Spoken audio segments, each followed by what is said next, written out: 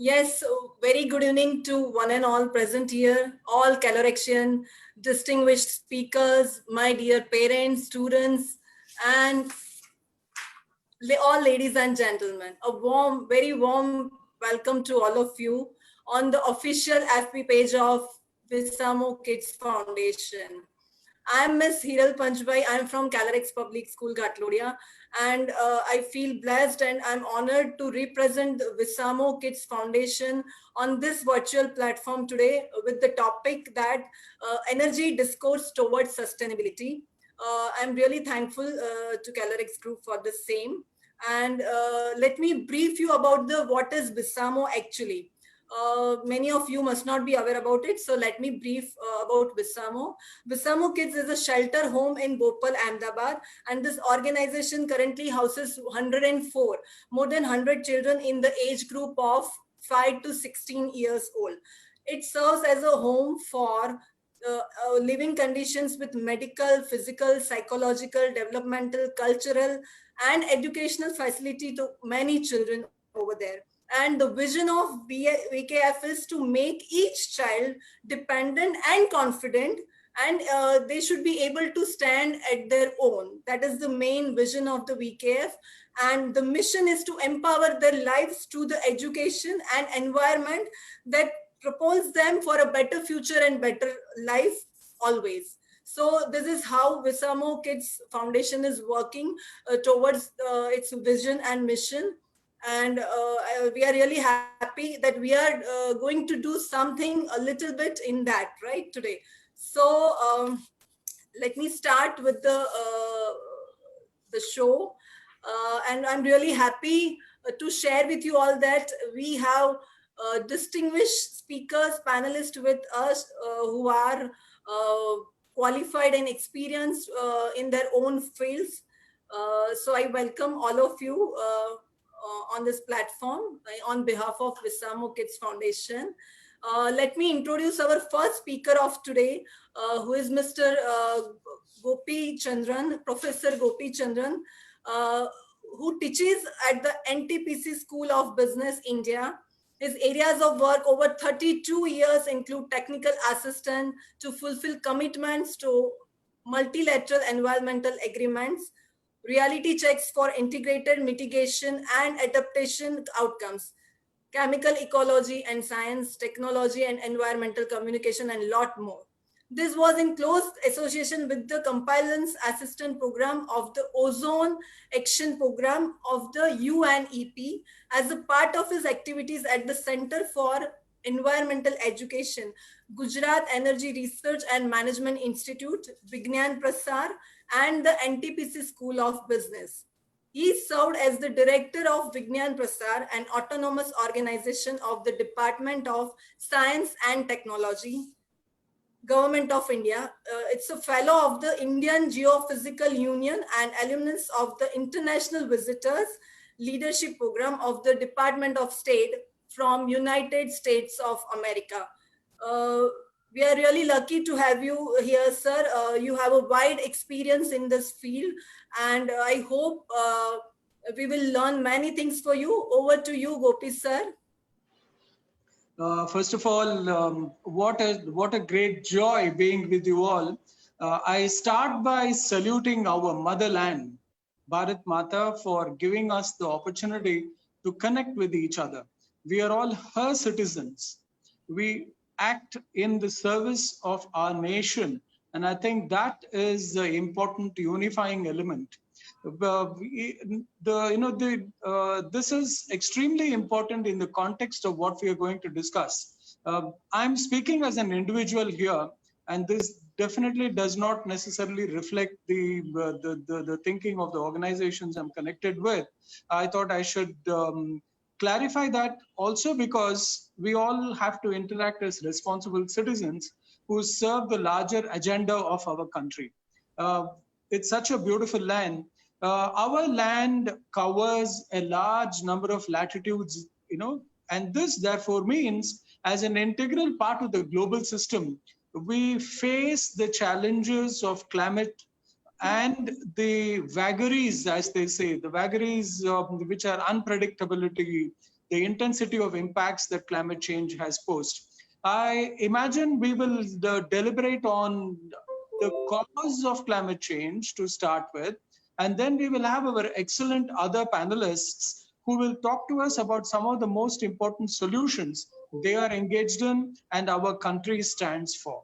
I know I have already completed a minute or so of the 4-5 minutes that have been given to me, and I will stick to the rules of the game. You don't have to worry about it. The main objective of my intervention is to invite the attention of the wonderful minds, the youngsters, the parents of those youngsters on whom our country depends, to know that a large number of decisions, in fact, almost every single decision that is taken at the collective national level, insofar as science, technology, and innovation is concerned, is based on facts and figures. Science is at the center. Science is at the center of our understanding of the challenges we face at the local, national, regional, and global levels. In that context, I therefore re-emphasize the fact that based on science and scientific thinking, it's important to recognize that the phenomenon of climate change is being increasingly better understood in terms of the causes and impacts. I will place before you about 4 or 5 segments of information in the next couple of minutes to show how very important science is. Science very categorically differentiates between natural variations and artificially induced variations. We are able to see the cause-effect relationship. And that takes me to point number 1. Earth's climate has changed throughout its history. There have been 7 glacial cycles of advancement of glaciers and retreat of glaciers. The last ice age ended abruptly about 650,000 years ago. Small variations in climate, and therefore these kind of phenomena are attributed to changes in Earth orbit, and therefore the volume of solar energy we receive. Please therefore remember, what we see and what we experience is is in fact a cumulative impact of natural and artificially induced variations. But over the last few years, very few years in human history, we have understood that the Intergovernmental Panel on Climate Change, as has categorically emphasized, the IPCC says that scientific evidence for warming is unequivocal, which means there is no debate about it. The majority of our people engaged and scientific knowledge therefore categorically says that warming is definitely very well understood. Now, what are the consequences of this warming? I've got about 4 points and I'll take just a minute and set the context. It's very important to recognize that the Earth's surface temperature has certainly gone up. We pump carbon dioxide into the atmosphere, oceans absorb all the heat, and the top 100 meters of the ocean has also seen an increase in temperature. These are documented scientific facts. Point number 3, there is a very interesting program that was launched by NASA. It's abbreviated GRACE, Gravity Recovery and Climate Experiment, of the NASA. It has categorically shown that Greenland has lost 279 billion tons of ice, between the years 1993 and 2019. Antarctica lost about 148 billion tons of ice per year during the same period. Now, these are all consequences of warming and all very well documented, Expansion of water and therefore, further on account of the addition of the ice that is melting, all contribute to increase in sea levels. And they have gone up by approximately 0.8 inches in the last century, over the last century. Ocean acidification has gone up by about 30%. The ocean absorbs about 7.2 to 10.8 billion metric tons of carbon dioxide per year. These are all documented scientific facts. I conclude with just 2 points. I said GRACE, G-R-A-C-E, Gravity Recovery and Climate Experiment. Details of whatever I said is available in the public domain. The most beautiful part about what NASA does is it has now put up a large number of interactive tools that can be used by citizens across the globe. There is a program called Sea-Ice. There is a program on carbon dioxide. There's a third interesting program called Eyes on Earth. Eyes stand for our eyes, which means we are able to see what is happening on the Earth. These are interesting, and I'm repeating the word interesting for the second time. Interesting initiatives by NASA. India is a leader in documenting scientific information about whatever is happening at the national, regional, and global levels on this phenomena. India is very well known for her expertise. People have established institutions comparable with the best in the world. Indian scientists are also leading a large number of these investigations. I will conclude with just one final point. Science and scientific evidences are at the center of decision making. There could be a large number of other considerations, but those considerations are also examined in a scientific manner. Science and scientific manner go together, and scientific manner can cut across a large number of domains of our own knowledge pursuits. I stop with one final point.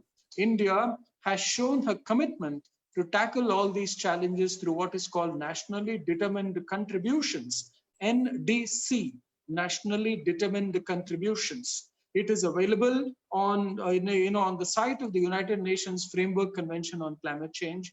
India is active through a large number of projects that also help her understand the phenomenon increasingly better.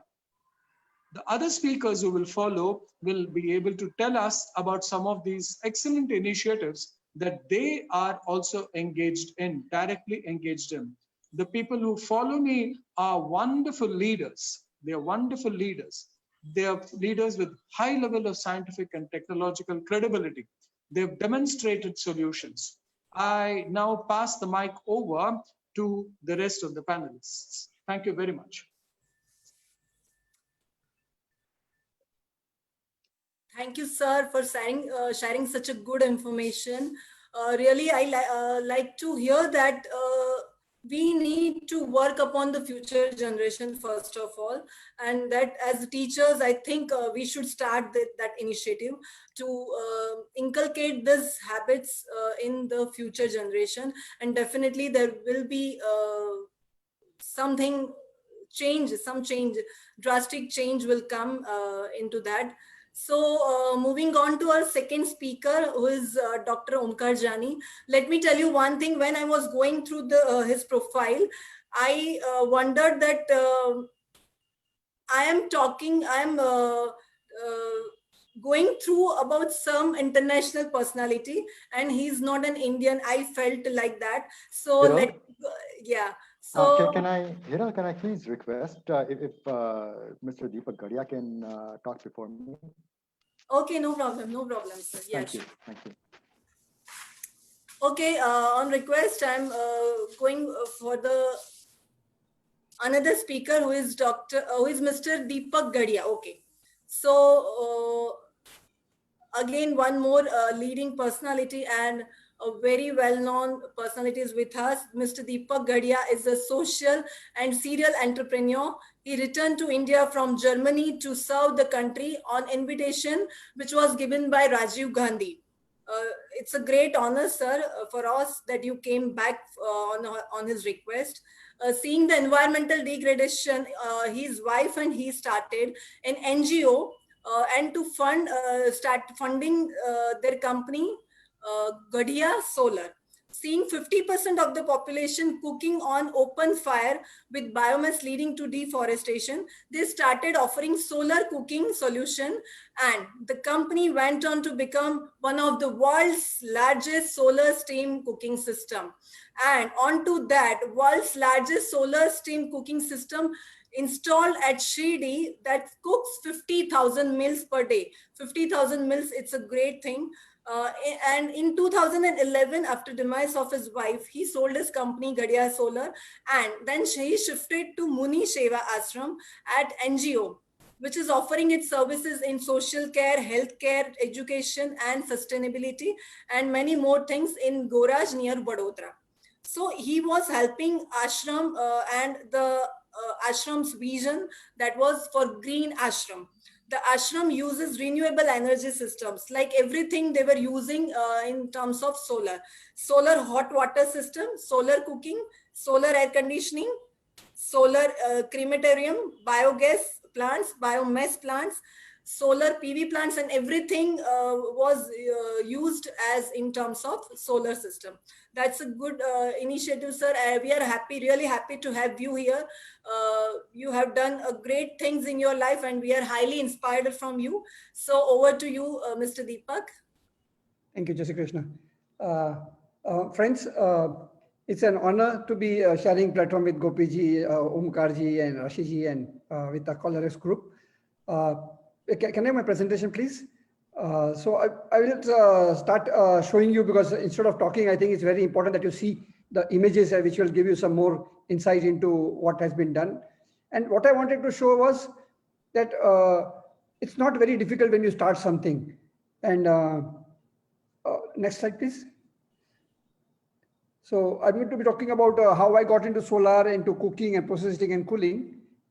Next slide, please. Yeah. So no, earlier. So basically, when we came back from India, from Germany to India, we were shocked that 50% of our country at that time, which was in 1985, and even now today in 2020, is cooking with open fire. 3.2 million women and children die because of smoke in the kitchen. And you can see the condition we have. So I was very glad that Gopiji set us the context, where it showed us the problem of climate change.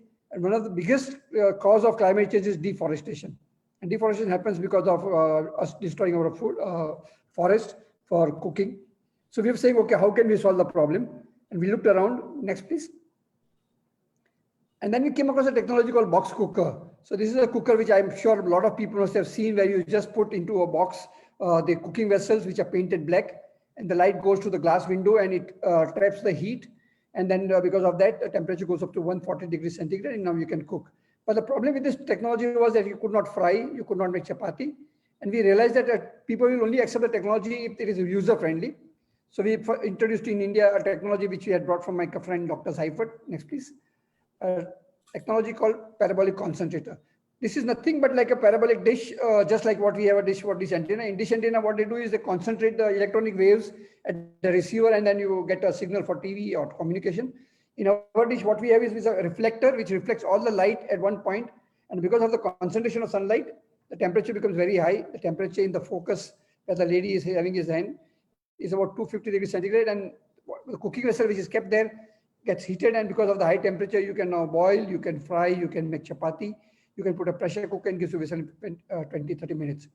So it just acts like this thing. So it's just like a magnifying glass. With the magnifying glass, when we are able to concentrate and burn paper or wood, this is a reverse magnifying glass where all the light is reflected at a cooking vessel and you're able to cook. But the problem with this technology was that people who need the technology, the poor, cannot afford it, because such a technology is costing about 10,000 rupees. And people who can afford it, like middle class and rich people, they don't want to use it because they have to go out in the sun. So someone joked and said, sir, can you bring a technology where the sun comes to the kitchen? Why should you go out in the sun? So we took that idea and took it forward. Next, please. So we brought another technology from Germany. Where now we are having the same parabolic dish, but the reflect dish is in such a way that it is reflecting the sunlight through the small opening in the wall in the kitchen. And below the cooking vessel, there is another reflector which is deflecting the light onto the cooking vessel. Now you can see the lady is able to cook in the comfort of the kitchen. So here you can see there are two dishes, light in the kitchen, and then you can see that flame which is coming is a solar flame. And because of the high temperature, about 500 degrees centigrade, you are just able to cook the way you can cook with gas. But then we realized that to make it cost effective, we converted it to community cooker. So here you see with two dishes, we are cooking for about 200 children. So we started supplying it for midday meal program. Next, please. And then one day we were approached by Brahma Kumari, an NGO in Mount Abu, said that they wanted to cook for 1,200 people. Now it was not possible to bring light for cooking for 1,200 people. So we modified the technology, and now you see the same dish, but the dish is reflecting the light onto a tank in which there is water. Now, because of the high temperature, the water starts boiling and then becomes steam, and then the steam is piped into the kitchen. On the right hand side, you see the cooking vessel where the steam is coming, and you can directly inject the steam in a cooking vessel. And this was the world's first solar steam cooking system. We started cooking for 1,200 people, and we started supplying more systems. Next. And here you see it was mentioned that this is the world's largest solar steam cooking system, which we supplied to Shirdi temple, which cooks 50,000 meals per day. So there are 73 solar dish, which is reflecting light and producing steam, and with the steam you're able to cook for 50,000 people. So this is how our company went on to become the world's biggest company. Next. And then I could never really understand that how can 3.2 million women and children die because of smoke in the kitchen? Because now when we normally cook in cities with LPG, we don't see the smoke. But here you see the kitchen, which was of the Indian Army. On the left, you see all the smoke, the soot, because when you cook with wood or when you cook with kerosene, then there is smoke and they're killing the children. And that's why cooking in the kitchen or indoor pollution is the world's third largest killer. Now, same kitchen, when you convert to steam, you can see that the solar dish was in the terrace or far away from the kitchen, and the steam is coming, and now you're able to cook for Indian Army years. So the solar steam cooking not only save forest, it is also saving health. Next. Then we said, okay, how can we take this technology to the rural mass and help the poor? And this is where you see the same solar dishes reflect the light, but instead of cooking, what we are doing is we are converting potato into potato chips. If a farmer sells potatoes, he gets about 20 rupees per kilogram. But if he converts that potato into potato chips, he gets about 400 rupees per kilogram. So this is what is called converting perishable food into non-perishable product. And then the farmer makes more money by doing value addition. Next, please. Another application is solar bakery, because wherever you require very high temperature, you can also make bread, pizza bases, cake, everything. So this is a solar bakery. Next, please. And then they say that the first and the second World War was because of oil, but the third World War can be because of water. So we are now converting with solar energy the sea water into drinking water. It is called desalination, where we evaporate the sea water and condense it, and you get distilled water. Next. And this is a very interesting project where we are using the heat of the sun for cooling. So this is a solar air conditioning. And what we are doing is previously the ashram was supplying steam to the cooling plant, and we are producing cooling. Now we have replaced the boiler with our solar system, where we are producing the solar steam, and it goes into the technology called vapor absorption chiller, where we chill the water to 6 degrees, and the chilled water is going to the pipe to the hospital. It's a 160-bed hospital. There we have a 100-ton air conditioning. In our house, 1.5 ton, 2 ton. Here we have a 100-ton air conditioning. Next, please. Next, please. Yes, this is another very interesting application which we are working on, because in India, we know that we are 70% of the people are Hindus, and every person who dies, we requires about 200 to 300 kilograms of wood. So instead of burning with wood, can we not do with solar? So this is the world's first sanatorium where we can burn the body with solar energy. This is being installed at ashram. So basically, we wanted to show that what we started as a cooking system, we went into do institutional cooking, community cooking, and then we went into air conditioning, and now we are talking of applications like bakery, food processing, and now it's also solar cremation. So we wanted to show you that there are so many opportunities. Next, please. Next, yeah. So basically, then very quickly we realized that to do air conditioning, we had required 100 dishes. So you don't have space. So now we have got a new technology where we have, instead of many 100 small dishes, we are having one big dish of 500 square meter, which can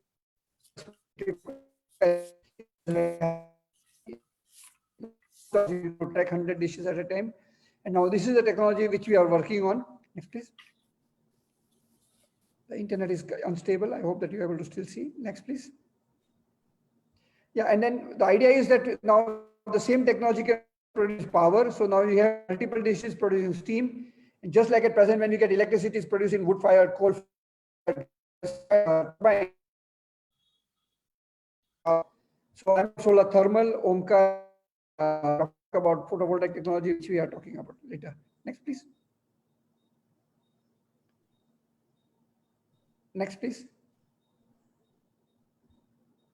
So basically what I want to show you was a solar thermal. Now we have a lot of applications. We can produce electricity, we can use for food can do for waste processing, we can do for water purification, we can do for urban and village development, we can do fuel, and we can do metallurgy. So this is a very large area to show you, especially the student, is one of us has the potential to do what we have not done, and we can achieve big heights. So I encourage you to keep your mind open. In English, there's a proverb, mind is like parachute, it only works when it is open. So I hope that we have been able to guide you, encourage you, expose you to the technology of the world. And we encourage you because you are the young generation and you have to work on developing technology which will save the climate problem, which will help our country to grow, which will create your own employment. You don't have to go and look for a job. You can become your own businessman. So boys, everyone wish you, and girls, of course, we wish you all the very best. God bless you. Jai Shri Krishna. Thank you. Hiral, next to you. Thank you so much, sir. It was a wonderful presentation. And let me tell you, many young engineers must be watching us. They may be live with us, and they will definitely inspire from your presentation.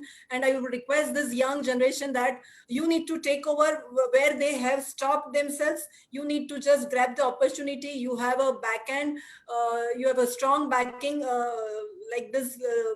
Personalities, so you should grab this opportunity, and you should start from where they have stopped, right? Many young students are watching with us, so I would request them to go for it, right?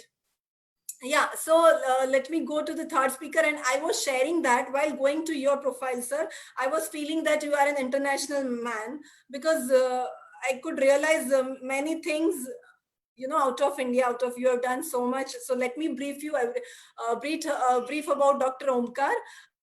He received his bachelor's degree in electrical engineering with honors from the University of South Carolina, PhD in electrical engineering from Georgia Institute of Technology with specialization in solar photovoltaic science and engineering, and completed his postdoctoral fellowship from the Institute of Energy Conversion, University of Delaware. Mr. Omkar is currently the Managing Director at Kanoda Energy Systems Private Limited, a renewable and smart energy solution provider company. It's a big company, I know. Kanoda is among the most quality and performance conscious solar companies of India, one of the leading companies of India, and is driven by a technology driven approach. They are mainly focusing on technology. Prior to Kanoda, Dr. Omkar initiated the renewable energy related activities at Gujarat Research and Management Institute, that is Germany, as the principal research scientist. So he had been a scientist as well. A great scientist is with us today, which is today recognized among the leading solar energy institutes of India. He led Germany's efforts in several states and at national level in many initiatives, including some of them, I'm briefing some of them: structuring and implementing the award-winning 5 megawatt Gandhinagar rooftop solar program.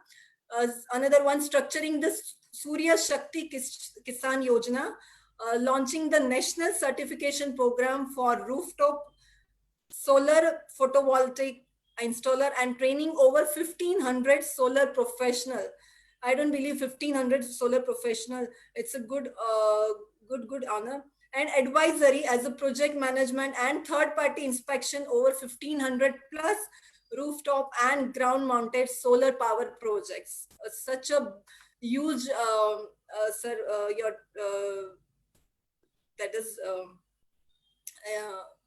Mr. Omkar is a member of advisory for several energy-related companies, NGOs, and events such as Electrical Research and Development Association, that is EDA, and Nehru Foundation. One more is Skill Council for Green Jobs and Intersolar India.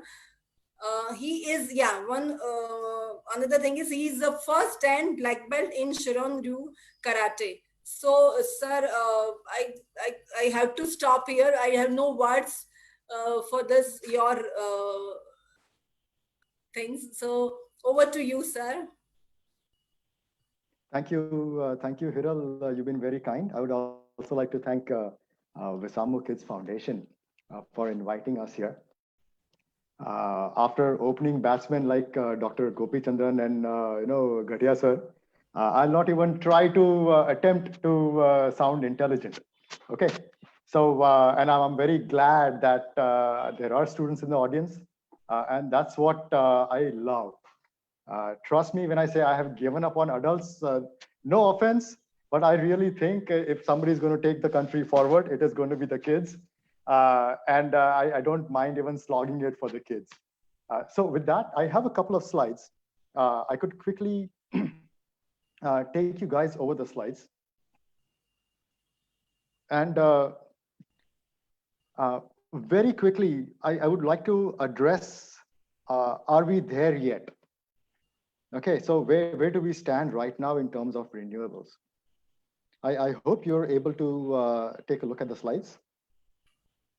Okay, so basically I want to get most of you guys thinking. If I compare the amount of solar energy reaching the earth, and trust me, I was a scientist, I'm not a scientist anymore. I don't like multiple zeros.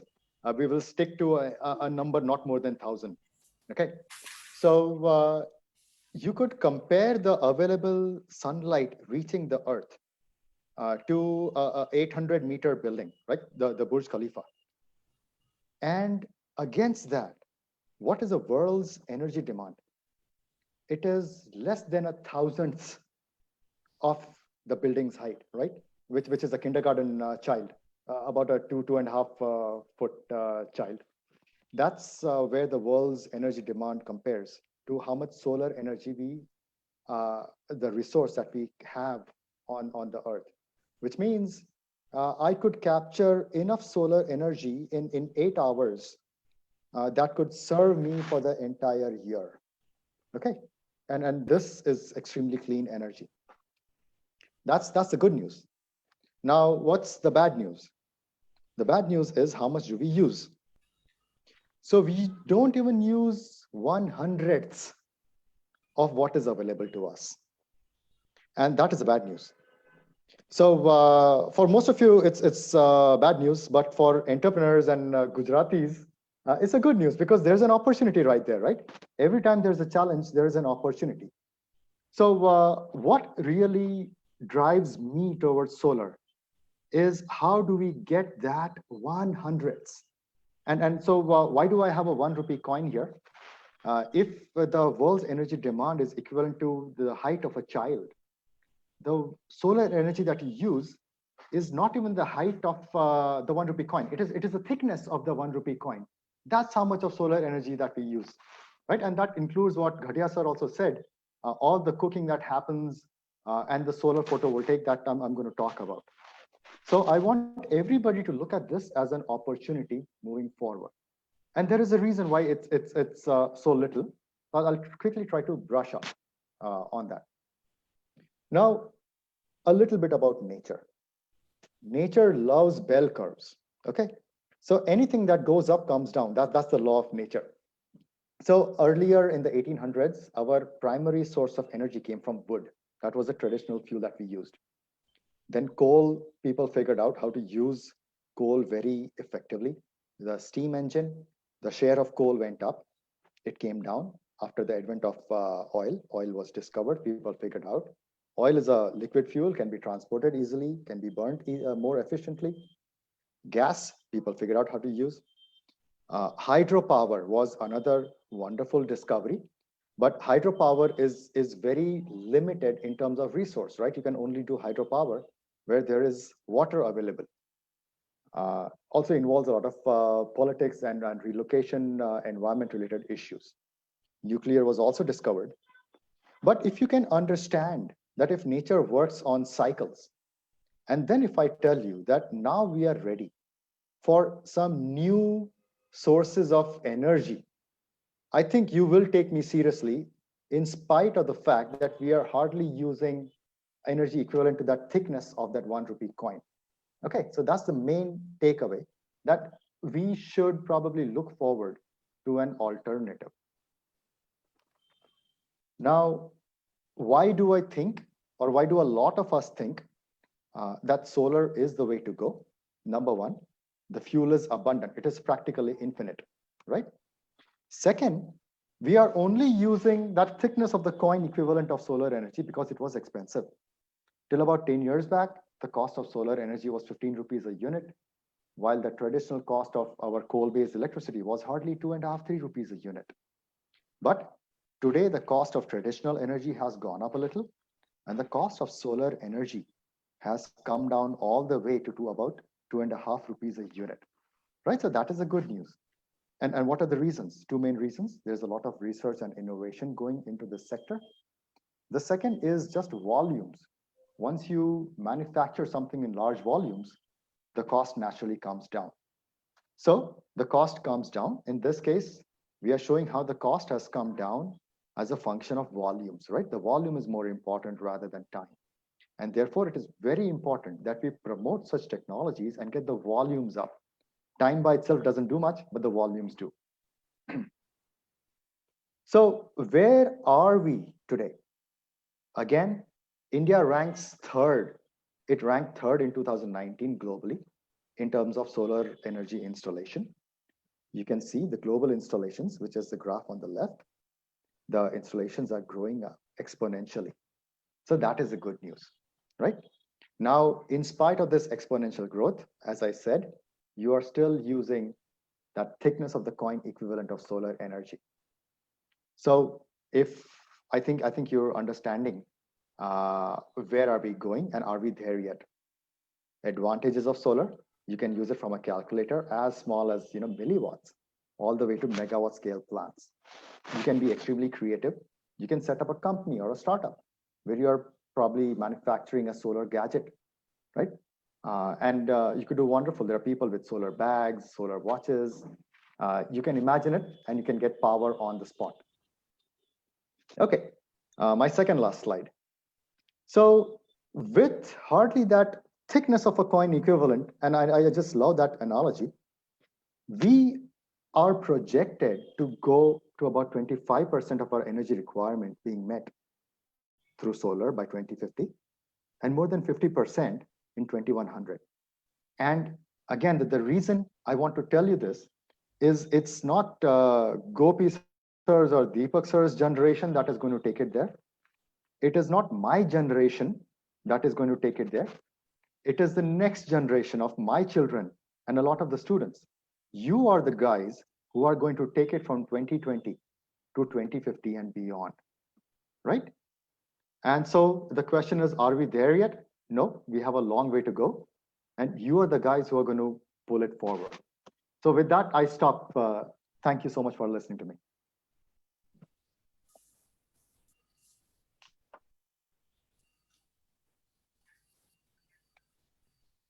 Yes, again, a very good presentation, sir.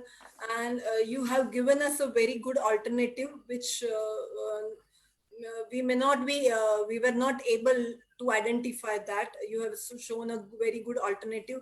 And I would say a very good career as well for the future generation. They might adapt this and can make drastic changes in the society. So thank you very much, sir. But before I move on to next speaker, let me announce that we have many students with us from Kalorex schools and DPS schools. So I would request all the students to put up your questions. We have highly professional personalities over here. Eminent speakers are there, and you can have your, you can get the best solution of your questions, of your queries, of your doubts. So I would request everyone, even the audience as well as the young kids, to put up their questions, and I'll get back to that shortly. So yeah, last but not the least, this one is very much interesting for me, and I'm sure it's going to be interesting for all the women over here to hear this lady, I would say. And I was very much inspired while I read, when I read your profile, I was highly inspired from you, ma'am, truly speaking. So let me introduce Dr. Rashid Gupta. And I was wondering that, am I reading something wrong? No, but I was not reading wrong. She is fondly known as Battery Wali of India. Yes, you are hearing me very rightly. Battery Wali of India, ma'am is famous through this name. She is the pioneer of manufacturing of advanced lithium batteries in India, along with the world's smartest lithium battery. She is the founder and managing director of Messrs. Vision Mechatronics Private Limited, leading towards a name to reckon for its field in the robotics, renewable energy, and energy storage. A very good achievement at a very young age, ma'am, really. A woman entrepreneur who has been fearless in creating a brand for herself and the company in this male dominated fields. Very well said. If one takes a closer look at the alchemy of this achiever, two distinguished virtues pop up besides perseverance and hard work. Yeah, that two are definitely there. But other than that, these are pioneering spirit and willingness. Yes, I like that. Willingness is the main virtue that everyone should have, and if there is a will, there is a way, I would say. So coupled with an impressive background, it was not therefore surprising that she became a prominent name in the renewable energy sector of India and is featured as Asia's most influential woman in renewable energy. Yes, you are hearing the same. She is Asia's most influential woman in renewable energy 2020. It's a great honor to have you with us, ma'am, really. She has been working on gender equality and women empowerment issues globally. These are the current very sincere topics are there, and you are working on that. It's a blessing for all of us. Gender equality and women empowerment. She's working on that. She holds many degrees. She holds degrees of BE, MBA, LLM, and PhD. Nothing has left for us. She is the committee member of Bureau of Indian Standard for Batteries, Energy Storage, and E-Mobility. She is also a member of International Electronical Technical Commission. She is also a committee member of National Energy Storage Committee, FICCI, Clean Tech Business Club, chair of Task Force, Energy Storage and Smart Energy, chairperson of Women's India CBC and CBC Vice Chair India. A great achievements at a very young age. We all, I am sure the women who are watching here live, we all should get inspiration from ma'am. Over to you, ma'am. I have no words other than this. Over to you, ma'am. Thank you so much, Hiralji. But I am just like one of you. There is no difference between you and me. We are all the same. So it's just that the only thing that made me reach this position was focus and the self-confidence and believing in yourself. Students, children, I mean, the young boys and girls today, even the women, men, all of us, we as human beings need to have a lot of focus on ourselves. We tend to while a lot of time around, which we shouldn't be doing. We should be focused completely on what we have to achieve. Set a goal, and yes, short goals, small goals, achievable goals, and then pat yourself. Feel happy. Aha, I've achieved my goal. So that's what I did with energy storage. In 2015, when everybody said that lithium is a wrong bet, everybody told me, you know, you'll lose your money if you go with lithium. And I was like, no, it's okay, it's my money, I'm ready to lose it. So that's how it began, my journey. And we created something which is state of art, everything in India. We got IoT to our battery. Now, as my previous esteemed co-panelists have said, Daria sir, Gopi ji, Omkar Jani ji, everybody, what they have said is, first we started with the impact of climate change, okay? Then we moved to one of the technologies, which was concentrated solar thermal. We moved towards solar PV, another photovoltaic format. But one thing that binds everything together is storage. And India always has been a pro-storage country. Now you must be thinking how? See, we are only the ones who plan for months together, who plan for years together. And we always keep our bank balance, saving bank balance at thoda zyada. It's always a little extra that we want to earn, isn't it? So why cannot we store a little extra of that sunlight in our batteries? Or any other energy storage format? Like the same way how we store food in the kitchen. You ask your mothers, always the kitchen will have something or the other stored for you. You'll never be sleeping hungry, right, in the house. So it's the same way we have to see that all our electrical appliances, the world that we tomorrow want to live in with all the technology, is very much power hungry.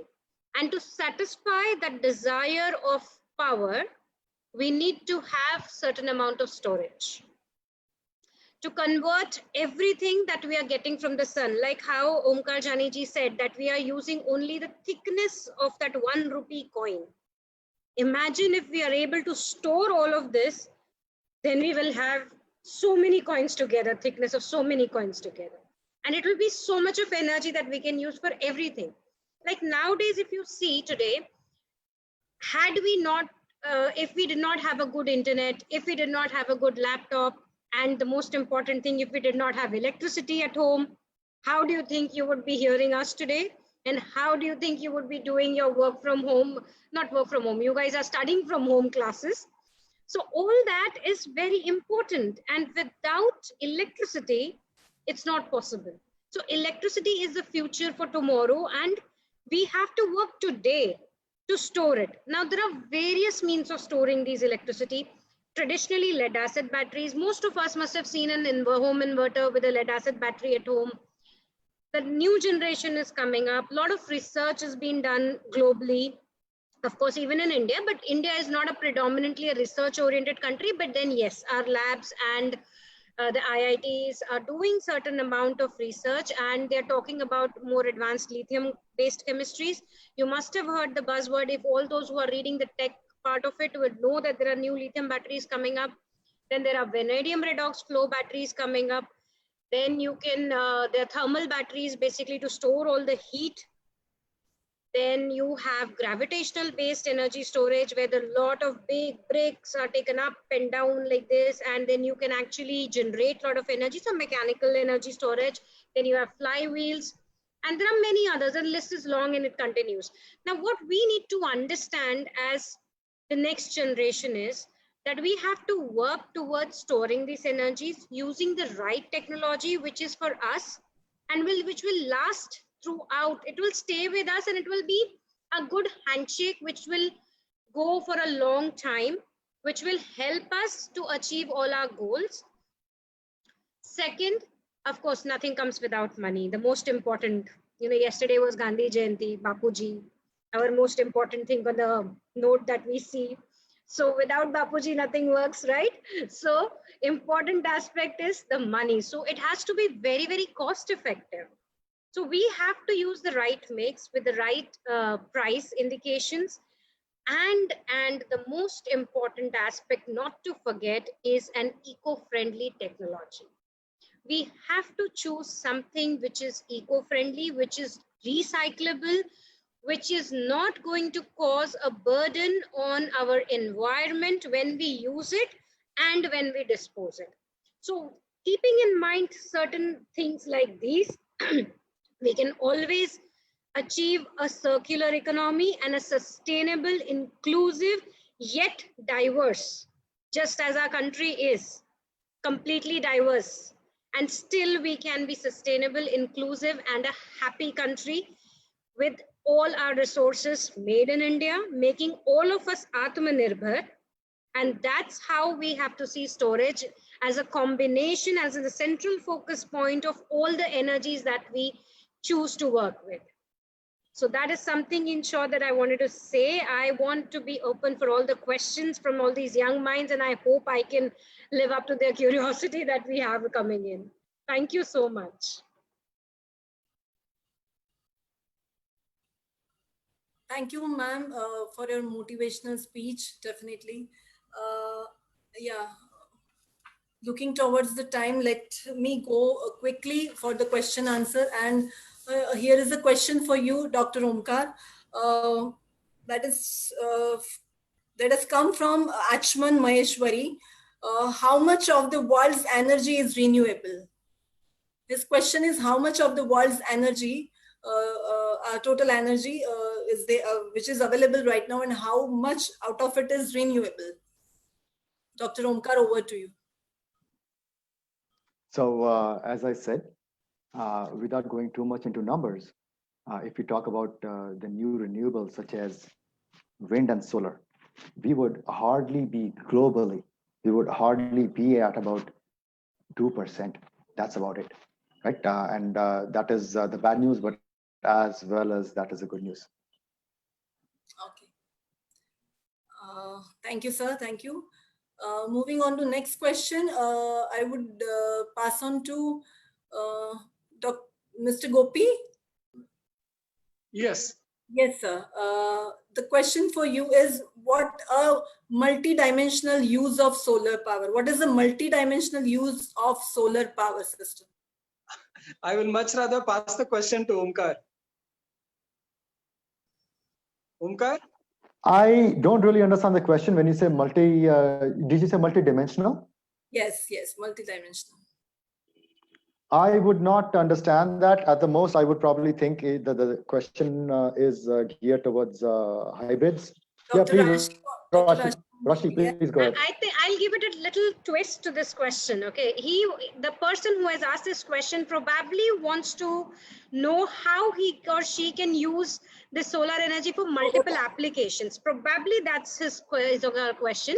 So what I would say is, once you put it into the storage, any sort of storage, then what do you get out of this is you can invert it and use it on AC power. So once you get AC power out of this energy storage and from solar, you can use it for practically everything. Anything and everything under the sun is possible. Whichever uses three-phase and single-phase AC power, you can use it. Second thing is, if you do not invert it and use it only as DC power, all your DC appliances can work. So just by changing the flavor of pure solar energy that you get, you can use it for anything and everything possible. In fact, I can probably also try to connect it with what Ghadia sir does. So when we say solar, it consists of two things, right? One is the solar thermal aspect. So if you think about sunlight in a as well as sunlight carries light. So it is a light aspect which you can say is converted into electricity by photovoltaics. And then it is the heat aspect, which you can use for boiling water, for cooking, even electricity generation, but in a different way. So there are a lot of companies, and even Deepak sir could probably shed some light on it, who are trying to collect both electricity out as well as the heat out of it. Yes. As we said, there are two technologies. One is photovoltaic, where you directly convert the sunlight by heating it onto a silicon cell or any other cell and convert it directly to DC current, that is direct current. And if you, as Dr. Rashid said, either you can use directly the DC appliances, direct current appliances, or you convert in an inverter into alternate current and use it for running your fan. In solar thermal, we can directly produce heat and use it for the heating application for like water, air, cooling, cremation, for anything where you require heat, you can produce. Otherwise, you can produce high pressure steam and run a turbine and produce electricity. And it's also possible to produce both. It's called cogeneration, where you can actually run a turbine, produce electricity, and then the heat coming out can be again used for other applications like desalination, drying, and applications. So energy is very beautiful subject where you can really do so many things, and there is so much need, and that's why we think that this is an area where there are going to be people are talking of green economy, green jobs, green entrepreneurship. So this is where we want to excite you about and show you what is a great potential and possibility, which is a win-win. You are helping climate, but at the same time you are helping yourself. Okay. One more, thank you very much, sir. One more relevant question is there from Indrakshi Singh. Can we renew solar energy, and if how? In how many ways we can renew solar energy? Yes. Today, I think the question again is not if you can renew solar energy, because solar energy is something which keeps on coming constantly. It's going to come for millions of years. The sun has been there. So you don't need to renew it, because renew is when you have lost something and you want to recover it. So, but in our case, you don't need to really renew, because it's going to be available for millions of years, more than mankind. But maybe what he wants to do is whether he can store energy and use it anytime you can use. For example, what Dr. Rashid was trying to say, that sunlight or solar energy is available only during the day, or wind energy is not available 24/7. It sometimes it blows, sometimes it's not there. So how do you make sure that you get power 24/7? And this is where storage comes in. And what you can either store directly power into a battery, our phones, our car, everything runs on battery. Or you can produce store into a thermal energy, and then you can again draw it and produce power with it, and or use it as a heat. So that's the answer. Thank you, sir. And I would end up with the last question. There are many questions, but we need to respect everyone's time. The question is, we have heard about nuclear powered batteries. So is it really going to have a change in future or not? Are we going to have a change? Okay, now nuclear power batteries are similar to the nuclear reactors, but they do not have a chain reaction. And they're not typically electrochemical type of batteries, and they have long life and high energy density. But as I said, the Bapuji is very important, and they're extremely, extremely expensive. And we as a country, and even even globally, we are all very price sensitive. So, and another disadvantage is, or an advantage for that matter, I mean, though they have long life, you cannot charge them, they're not rechargeable basically. One set and go once and for all. So in that case, they become very expensive. So right now, even though some research is going on, but the global wave is not pro so much. So what we have to understand is we have to look at more renewable energy resources. We have to look at more sustainable kind of energies. And we all know that impact of nuclear, we have seen the impact of nuclear energies. It's not bad. Everything, each and every type is required to coexist to make a holistic environment, but then not so much in favor of nuclear batteries as of now. You will take some time more, I guess, probably maybe a decade more to see that they become sustainable economically, and maybe we can then use it. That's my opinion on it.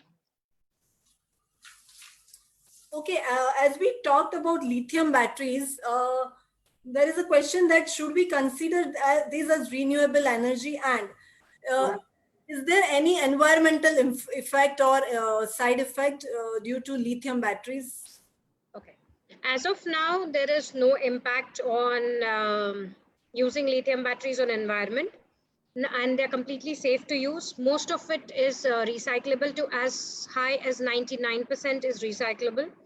So you can extract everything that you have put in to make a lithium battery.